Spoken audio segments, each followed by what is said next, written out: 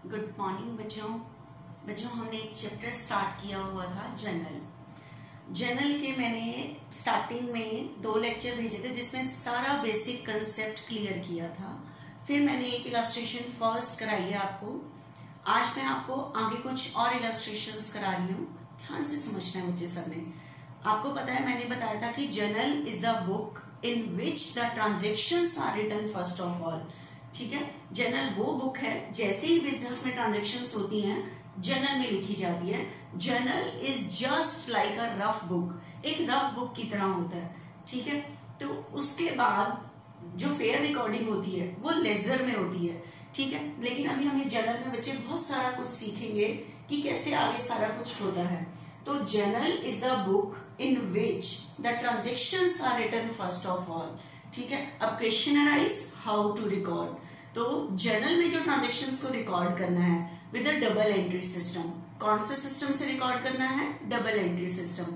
And double entry system is what? According to double entry system every transaction has 2 affect. हर एक transaction के कितने affect होते हैं? 2। Out of these 2 affect, 1 affect will be debited and another affect will be credited. उसमें से एक affect को डेबिट करना है, दूसरे अफेक्ट को क्रेडिट करना है। किसको डेबिट करना है और किसको क्रेडिट करना है, इसके लिए मैंने आपको 2 अप्रोच बताई हुई है, American and English. According to American system there are 5 types of accounts. Accounts 5 types के होते हैं: assets account, capital account, liabilities account, expense account and income account. Out of these asset and expense always shows debit balance. Always shows debit balance का मतलब इनका balance ये हमेशा debit होते हैं। इंक्रीज पे डेबिट डिक्रीज पे credit and capital, liabilities and income, इन 3 चीजों का क्रेडिट बैलेंस होता है। इंक्रीज पे क्रेडिट और डिक्रीज पे डेबिट, ये तो हमारी अमेरिकन अप्रोच थी। फिर थी एक इंग्लिश अप्रोच। इंग्लिश अप्रोच में मैंने आपको बताया था there are 2 types of accounts, personal account, impersonal account. Personal account होते हैं which are opened with the name of persons, firm, companies, bank. इनके जो अकाउंट्स होते हैं वो सारे पर्सनल अकाउंट होते हैं। सॉरी, इसका जो रूल है, debit all the receiver, receive करने वाले व्यक्ति को डेबिट करते हैं, and credit all the givers, देने वाले व्यक्ति को क्रेडिट करते हैं। फिर उसके बाद आया था impersonal account. Impersonal again divided into 2 parts. Real में आती है सारी असेट्स, एंड असेट्स का रूल क्या है? Debit word comes in, business में आने वाली असेट को डेबिट करोगे। क्रेडिट वर्ड गोज आउट, जाने वाली असेट को क्रेडिट करोगे। फिर है नॉमिनल अकाउंट। नॉमिनल अकाउंट में आते हैं all expenses, losses, income, gain. तो इसमें क्या रूल बताया था? All the expenses and losses always be debited and all the income and gains मतलब प्रॉफिट always be credited। ठीक है, इन सबको क्रेडिट करते हैं। तो उसके बेस पे मैंने चैप्टर स्टार्ट किया हुआ था। आज मैं सेकेंड इलस्ट्रेशन और थर्ड इलस्ट्रेशन करा रही हूँ। एक एक ट्रांजेक्शन को ध्यान से समझना कि why debited and why credited। ठीक है, बिल्कुल ध्यान से समझना जैसे जैसे मैं आपको बता रही हूँ। सॉरी, आपको मैंने बच्चे जर्नल का फॉर्मेट बताया था कि आपको जर्नल के फॉर्मेट, बच्चे आपने लॉन्ग स्केल यूज करना है। इसके लिए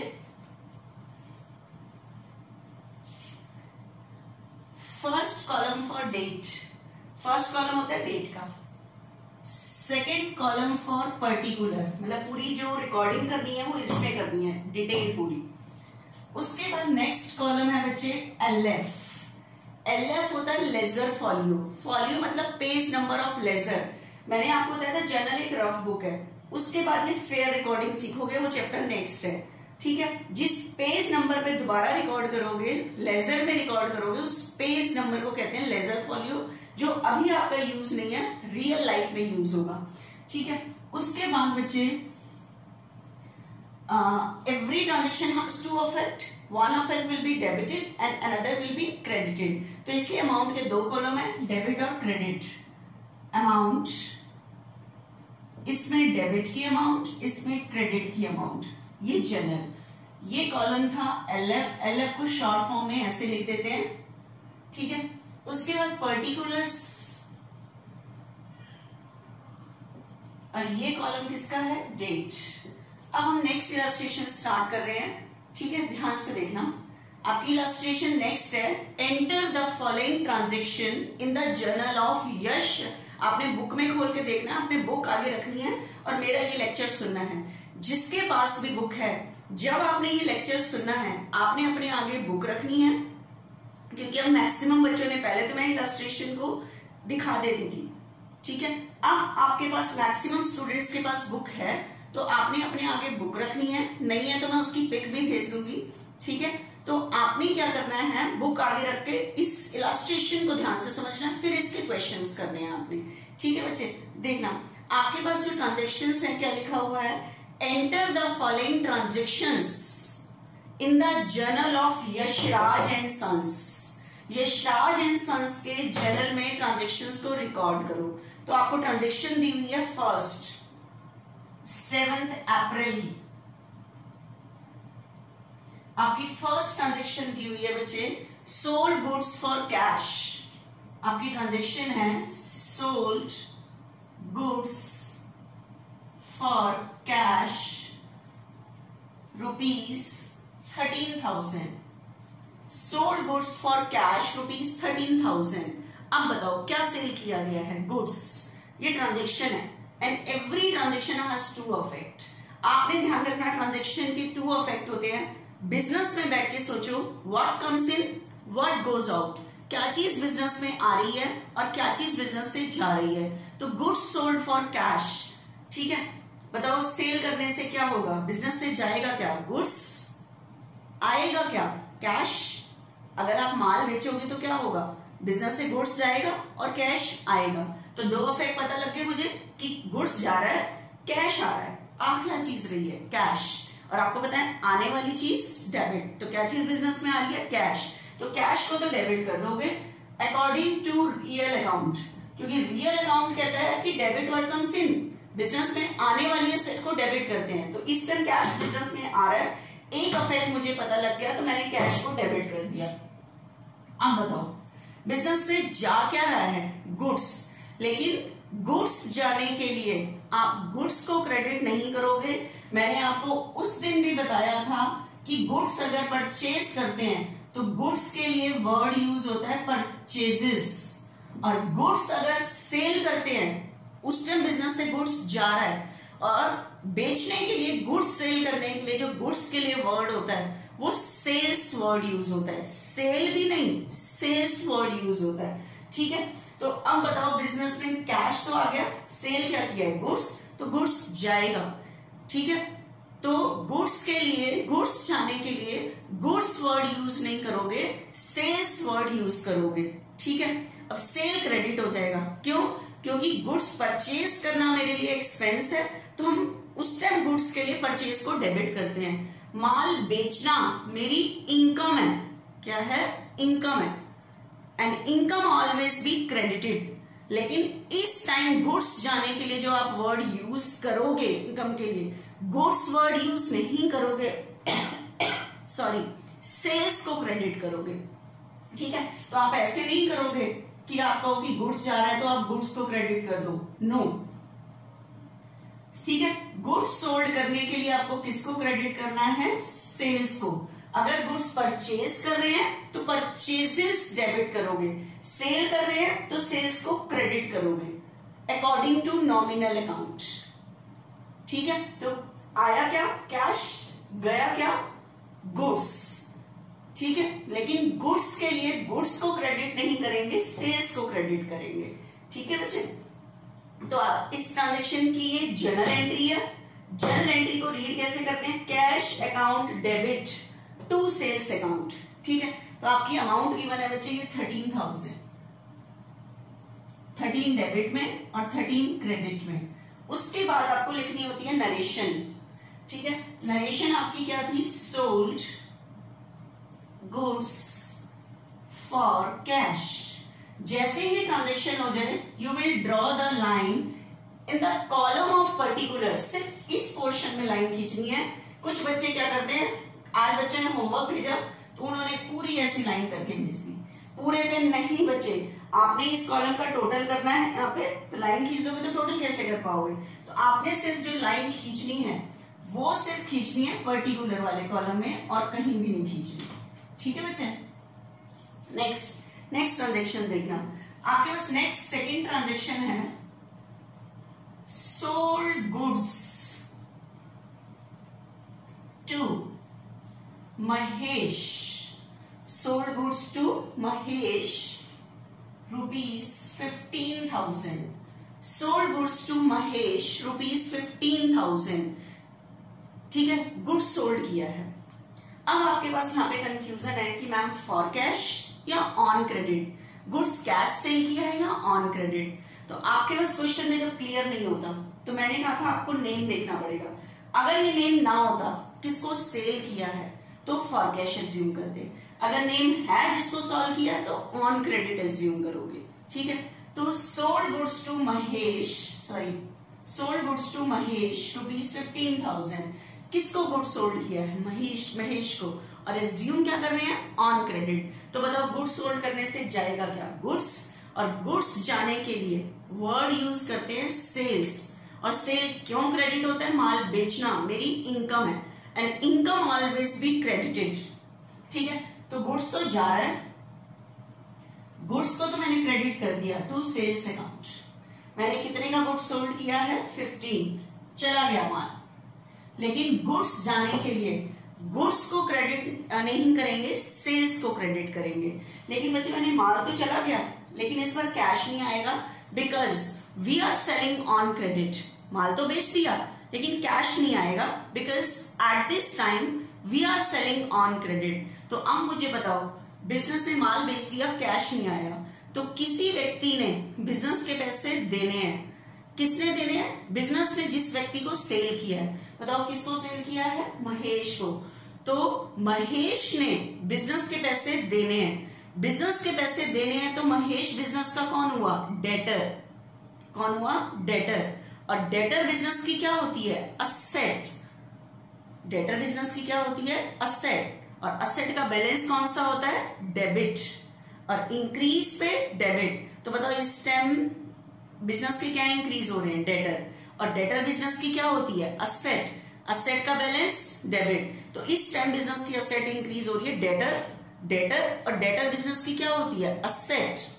और असेट का बैलेंस डेबिट, इंक्रीज पे डेबिट। तो मेरे डेटर का नाम क्या है? महेश। तो हम महेश को डेबिट कर देंगे।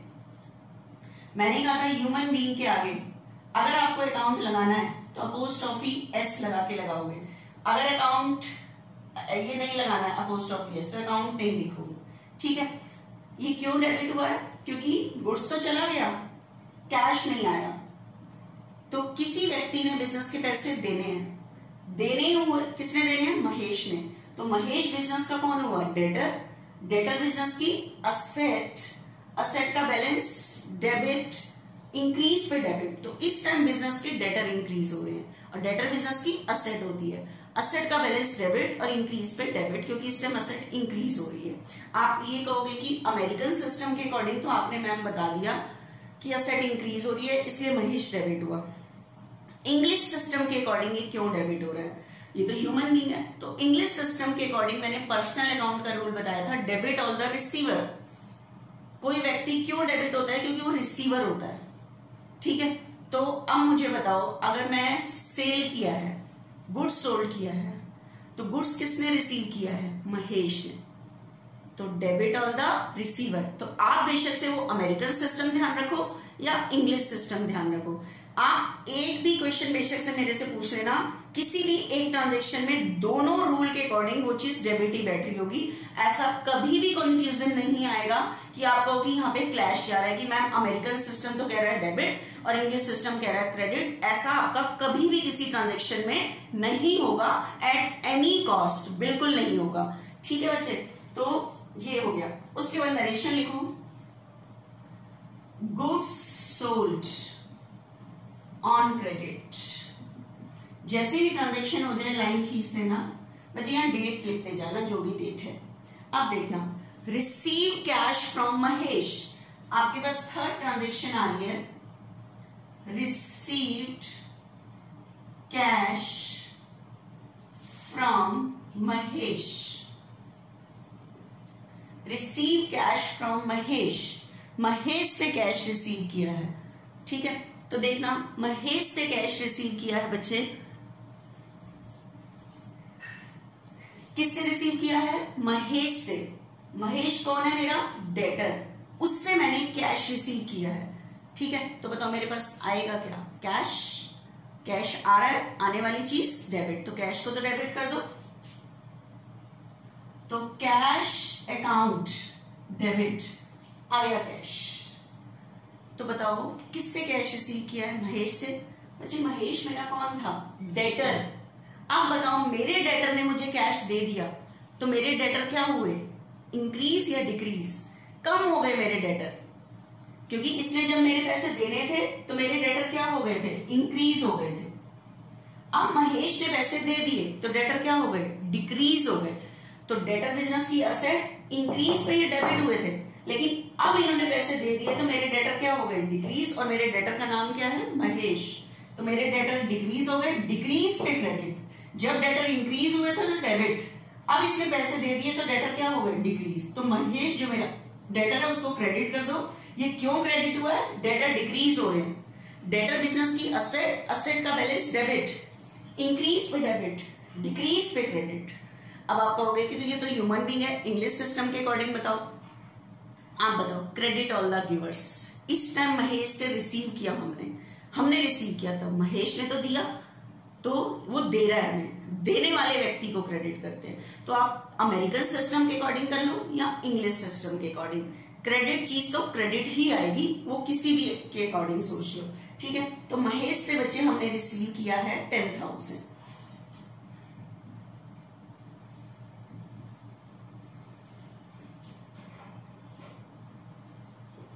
Cash received from Mahesh. ठीक है, अब देखते हैं next transaction, sold goods to Suresh. आपके पास नेक्स्ट ट्रांजेक्शन आ रही है, fourth, sold goods to Suresh for cash. Sold goods to Suresh for cash rupees 12,600। ठीक है, अब मुझे बताओ बच्चे, sold goods to Suresh for cash, इस टाइम सोचने की जरूरत नहीं है कि ऑन क्रेडिट की मैम नाम दिया तो ऑन क्रेडिट, नो, क्योंकि क्वेश्चन में क्लियर है फॉर कैश, तो मुझे नाम से मतलब ही नहीं है, क्योंकि कैश सेल सीधा लिखा हुआ है। तो बताओ गुड्स सोल्ड फॉर कैश है, तो मुझे नाम से मतलब ही नहीं है इस केस में। वो तो नाम से मतलब तब होता है जब मेरे पास कोई इंफॉर्मेशन नहीं होती, फॉर कैश और ऑन क्रेडिट थी। तो इस टाइम तो क्वेश्चन में क्लियर है फॉर कैश, तो मुझे सोचने की बच्चे जरूरत नहीं है इस टाइम कि क्या हो रहा है, फॉर कैश है। ठीक है, तो अब मुझे बताओ यहाँ पे गुड्स सोल्ड करने से क्या होगा? गुड्स सोल्ड करने से बिजनेस से जाएगा क्या? गुड्स, आएगा क्या? कैश। आ क्या रहा है? कैश। तो डेबिट व्हाट कम्स इन, आने वाली चीज डेबिट, तो कैश अकाउंट डेबिट, कैश को तो डेबिट कर दिया, जा क्या रहा है? गुड्स। और गुड्स जाने के लिए मैंने आपको वर्ड यूज कराया था सेल्स, तो सेल को क्रेडिट कर दोगे। ठीक है, सेल क्यों क्रेडिट हुई? ये मेरी इनकम है। क्लियर? ये अमाउंट है बच्चे 12,600। उसके बाद बच्चे अगर सम करते करते आपका पेज भर जाता है, क्या भर जाता है? पेज। अभी तो आप कर सकते हो आगे कंटिन्यू, देखना ध्यान से। Goods sold for cash. Next देखना, सोल्ड गुड्स टू सुरेश। आपके पास नेक्स्ट ट्रांजेक्शन है fifth, sold goods to Suresh rupees 7,000। अब बच्चे यहाँ पे इंफॉर्मेशन क्लियर नहीं है, फॉर कैश या ऑन क्रेडिट। इस सिचुएशन में आप ये देखोगे कि किसको सेल किया, उसका नाम है, यस नाम है, तो ऑन क्रेडिट एज्यूम करोगे। इस केस में ऑन क्रेडिट एज्यूम करोगे। अगर ये सुरेश ना होता तो फॉर कैश एज्यूम करते। तो गुड्स सोल्ड टू सुरेश, तो बताओ गुड्स सोल्ड टू सुरेश और ऑन क्रेडिट एज्यूम कर रहे हैं, तो बताओ गुड्स सोल्ड करने से जाएगा क्या, गुड्स। ठीक है, तो गुड्स जाने के लिए मैं किसको क्रेडिट करूंगी, गुड्स को या सेल्स को, सेल्स चला गया गुड्स, लेकिन इस पर कैश नहीं आएगा because at this time we are selling on credit. तो बताओ माल बेच दिया, कैश नहीं आया, तो किसी व्यक्ति ने बिजनेस के पैसे देने हैं। किसने देने, बिजनेस ने जिसको सेल किया है। किसको सेल किया है, सुरेश को। तो सुरेश ने बिजनेस के पैसे देने हैं, तो सुरेश बिजनेस का कौन हुआ, डेटर। और डेटर बिजनेस की क्या होती है, असेट। असेट का बैलेंस डेबिट, इंक्रीज पे डेबिट। तो इस टाइम बिजनेस के क्या इंक्रीज हो रहे हैं, डेटर इंक्रीज हो रहे हैं, और डेटर बिजनेस की असेट है, असेट का बैलेंस डेबिट, इंक्रीज पे डेबिट। तो डेटर इंक्रीज हो रहे हैं, तो डेटर को डेबिट कर दो, और मेरे डेटर का नाम है सुरेश। अगर आप या तो सुरेश छोड़ो, अगर अकाउंट लिखना चाहते हो तो पोस्ट ऑफिस लगा के Suresh account debit to sales, ये एंट्री बनी। ठीक है, तो ये मेरे पास यहाँ पे आया 7,000। ठीक है, उसके बाद ये नरेशन लिख देना। उसके बाद बच्चों यहाँ पे मेरा है ना पेज भर गया, जैसे मान लो आपका भी भर गया। तो उसके बाद मैंने कहा था इस पेज का टोटल कर लो। ठीक है, इस पेज का टोटल करो आप 13, 15,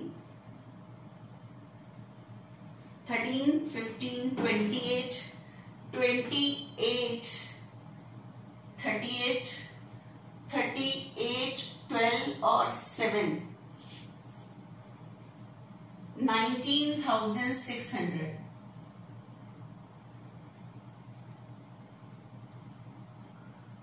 $57,600। इस पेज का टोटल है बच्चे 57,600। लेकिन ये मेरा सम फिनिश नहीं हुआ बच्चे, ये मेरा सम फिनिश नहीं हुआ। ठीक है, तो मैंने इसका टोटल लिख दिया। देखो इस पूरे पेज का टोटल किया मैंने यहाँ पे। ठीक है, इस पूरे पेज का यहाँ पे ये सारा, लेकिन अभी मैं यहाँ टोटल नहीं लिख सकती क्योंकि मेरा सम कंप्लीट नहीं हुआ।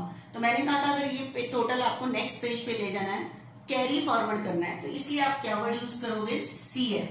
पूरी स्पेलिंग लिखने की जरूरत नहीं है, कैरी फॉरवर्ड CF ही काफी है।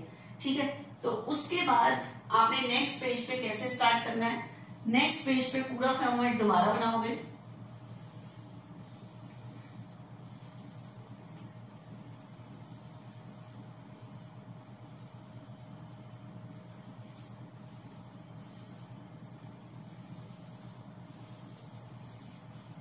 देखें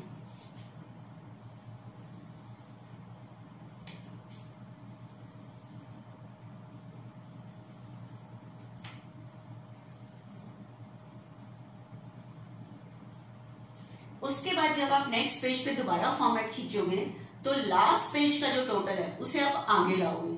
आगे लाने के लिए वर्ड यूज करना है BF। BF that means brought forward, मतलब लास्ट पेज का टोटल आप आगे ले आए। ठीक है, तो 57,600 था लास्ट पेज का टोटल, ये हो गया।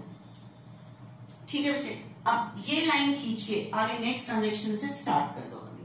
ठीक है, देखना बच्चे ध्यान से। उसके बाद बच्चे मेरी नेक्स्ट ट्रांजेक्शन है, पहले ये नहीं आ चुकी, एक बार ध्यान से देखना। विड्रॉ, आपका ट्रांजेक्शन है withdraw cash from office for personal use.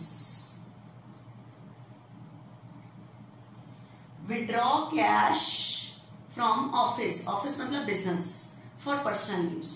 Personal use के लिए कैश निकाला। पर्सनल यूज के लिए कौन निकालेगा, ऑनर। कौन निकालेगा, ऑनर। ठीक है, आपको पता है ऑनर जब बिजनेस में पैसे लगाता है तो उसके लिए वर्ड क्या यूज करते हैं, कैपिटल।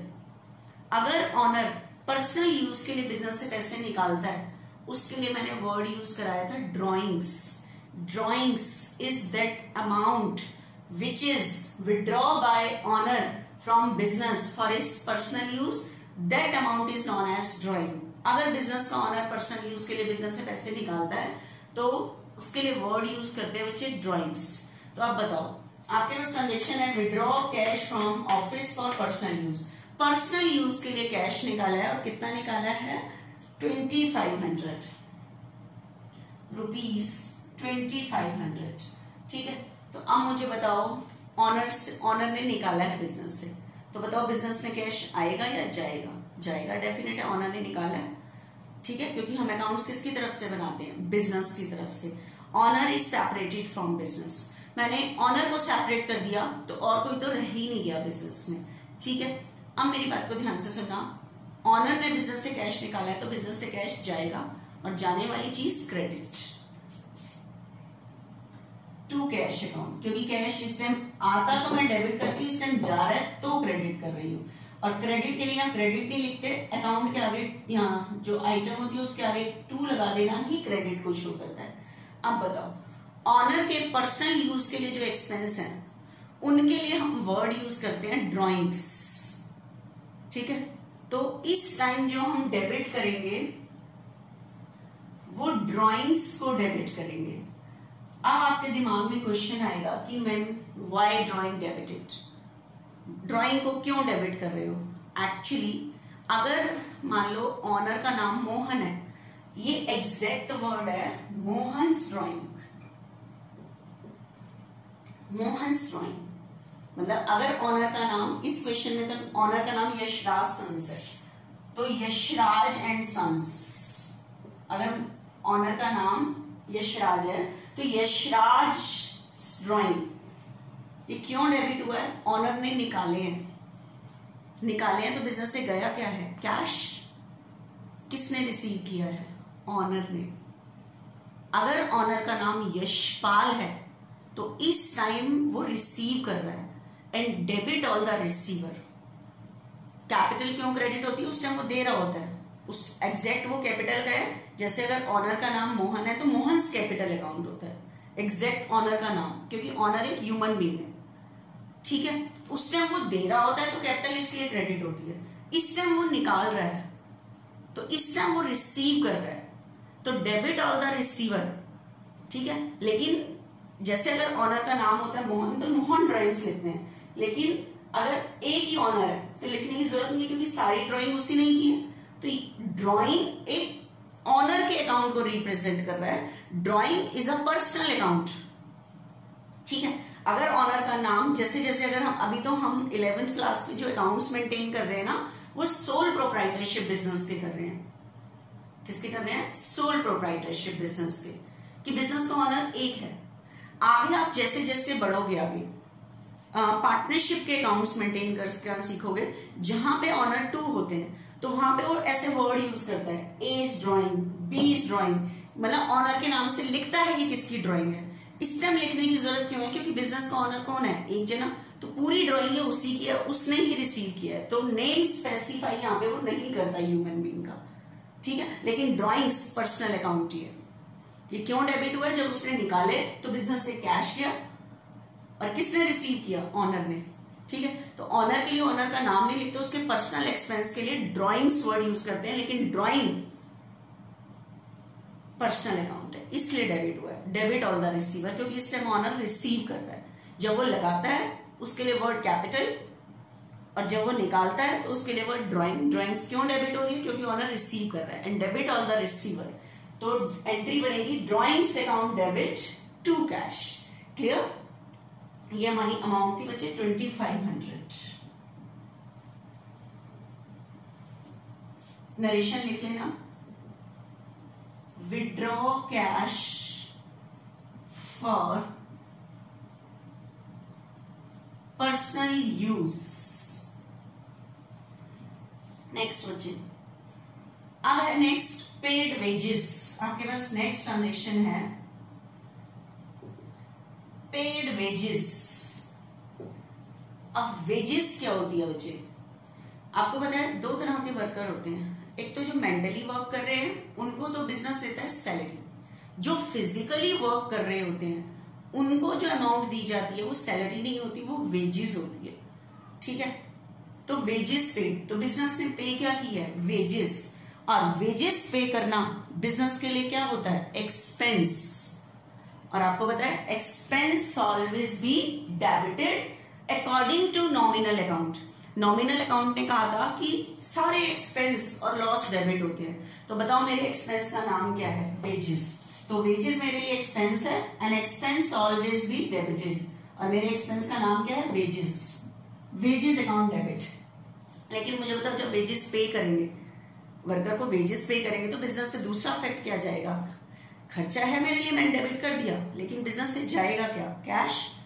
पे करने से कैश जाएगा, and credit word goes out, जाने वाली चीज क्रेडिट होती है। तो बिजनेस से कैश जा रहा है, और क्यों क्रेडिट हो रहा है, क्योंकि जा रहा है टू कैश अकाउंट। ठीक है, तो बताओ वेजेस गई टोटल 450। नरेशन लिख दो, wages paid. Next, paid salary to Gopal. आपके पास नेक्स्ट ट्रांजेक्शन है बच्चा, paid salary to Gopal rupees 1200। अब बच्चे ध्यान से सुनना, आपके पास कह रहा है पेड सैलरी टू गोपाल, किसको सैलरी पे की है, गोपाल को। बच्चे अगर मुझे एक्सपेंस का नाम पता है ना, तो मुझे नाम से कोई मतलब नहीं है। इस टाइम आप ये नहीं कहोगे कि गोपाल को पे किया है तो गोपाल रिसीव कर रहा है, तो गोपाल रिसीवर को डेबिट कर दो। अगर मुझे एक्सपेंस का नाम पता है तो मैं एक्सपेंस के बेस पे डेबिट करूंगी। तो पेड सैलरी टू गोपाल, क्योंकि देखो बिजनेस में इतने सारे वर्कर होते हैं, मान लो 100 वर्कर भी है, किसी का नाम मोहन है, किसी का नाम गोपाल है, किसी का नाम श्याम है। अगर मान लो 100 वर्कर को मैंने सैलरी दी, तो मैं तो एंट्री करती रह जाऊंगी, Gopal to cash, salary Mohan to cash, फिर शाम को दूंगी तो शाम टू कैश। नो, सैलरी पे करना बिजनेस के लिए एक्सपेंस है, an expense always be debited. 100 worker को बिजनेस ने जितनी भी सैलरी दी, नाम से मतलब नहीं है, बिजनेस ने पूरे 100 वर्कर को ₹1,00,000 सैलरी दी, तो बिजनेस सीधा डेबिट करेगा सैलरी अकाउंट डेबिट, कि मैंने 1,00,000 वर्कर को सैलरी दी, मतलब सैलरी पे करना बिजनेस के लिए एक्सपेंस है, तो सीधा एक्सपेंस को डेबिट करते हैं, ना कि उसके नाम को डेबिट करते हैं। तो सैलरी पे करना बिजनेस के लिए एक्सपेंस है, an expense always be debited, that means salary account debit. ठीक है, सैलरी पे कर दी 1200। अब बताओ सैलरी जब पे की एम्प्लॉइज को, बिजनेस से जाएगा क्या, दूसरा इफेक्ट क्या होगा, बिकॉज ट्रांजेक्शन है पेड सैलरी टू गोपाल, तो सैलरी पे करना बिजनेस के लिए expense, an expense always be debited, और एक्सपेंस का नाम क्या है, सैलरी। बिजनेस से जाएगा क्या, कैश पे करने से, और जाने वाली चीज क्रेडिट कर दो, कैश को credit to cash account 1200। Narration लिख लेना, salary paid.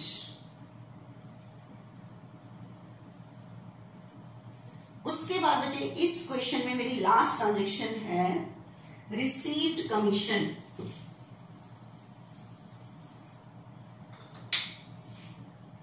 Received commission last transaction है, रिसीव कमीशन ₹200। अब बताओ, इस टाइम कमीशन पे नहीं कर रहे, कमीशन रिसीव कर रहे हैं। ठीक है, बताओ कमीशन रिसीव करेंगे तो मेरे पास आएगा क्या। पहले तो कमीशन पे करना तो मेरे लिए एक्सपेंस है, लेकिन कमीशन पे करना एक्सपेंस है, लेकिन कमीशन रिसीव करना मेरी इनकम है, and income always be credited. ठीक है, according to nominal account income always be credited. तो बताओ मेरी इनकम का नाम क्या है, कमीशन। तो इस टाइम मैं कमीशन को डेबिट नहीं करूंगी, क्रेडिट। अगर कमीशन पे करती तो मैं कमीशन को डेबिट करती, क्योंकि वो एक्सपेंस है, एक्सपेंस डेबिट होते हैं, इनकम क्रेडिट होती है। तो इस टाइम कमीशन रिसीव कर रहे हैं, तो कमीशन रिसीव करना मेरी income, and income always be credited. तो आपने कमीशन को क्रेडिट कर दिया। ठीक है, कमीशन रिसीव करना मेरी income, and income always be credited. लेकिन रिसीव करने से मेरे पास आएगा क्या, कैश। कैश आ रहा है, आने वाली चीज डेबिट, तो कैश को डेबिट करेंगे। कैश अकाउंट डेबिट 1200,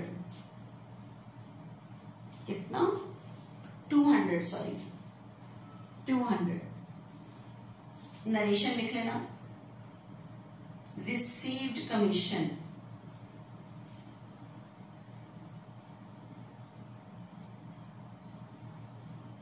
तो अब आपका सम हो चुका है। तो आपने क्या करना है, लाइन खींच के इसके आगे लिख देना है टोटल। तो यहां से लेकर पिछले पेज का टोटल ये था, ये ट्रांजेक्शन और हुई, इन सब का टोटल कर लेना। इन सब का टोटल आ रहा है 61,950। इस पेज का भी टोटल आ रहा है 61,950। तो ये आपका सम सेकेंड इलास्ट्रेशन बच्चे फिनिश होती है। ठीक है, मेरी ख्याल से ये क्लियर हुआ होगा। रूल के अकॉर्डिंग चलना है कि वाई डेबिटेड वाई क्रेडिटेड। ठीक है, तो इसको करो, फिर मैं नेक्स्ट लेक्चर में नेक्स्ट चीज बताऊंगी।